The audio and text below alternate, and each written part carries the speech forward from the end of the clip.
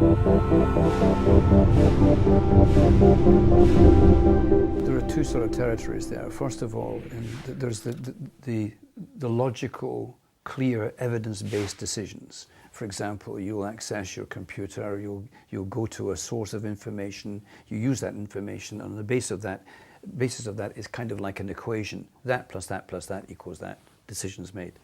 There are other things, other aspects, and oddly enough, most of the aspects in our life that actually don't have that luxury. They're just simply judgment calls, the gut feelings, the stuff that Gert Gigerenzer put in his book, Gut Feelings, or Malcolm Gladwell put into Blink. These things that you're coming out with like this. How do you learn these? Now, this is the biggest, to me, this is the toughest bit of the lot. You can only learn these things through the experience of having been exposed to them and taking time afterwards to learn. The biggest mystery in my world is how you expose, for example, a young coach. You come to me as a young coach and you'll say to me, why did you make that decision, Frank? And I've got no idea because I've always made that decision.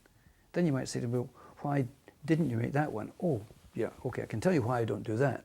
And that's at least a step in the direction that you're trying to move into. I did a program with the short track speed skaters for the Olympic Games, the Canadian group for the Olympic Games in Vancouver. And what they did was, as we went through the 2 years going to the Games, they split their training diaries into two bits. There was 2/3 of the page was all the decisions that they were making.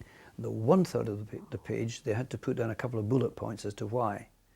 Once the Games were over, we all met up in the Rockies in a big log cabin, and there were 6 of us all together, and we went through the 2 years of diary, because it was the closest I could get to people trying to share that what made that gut feeling work for them.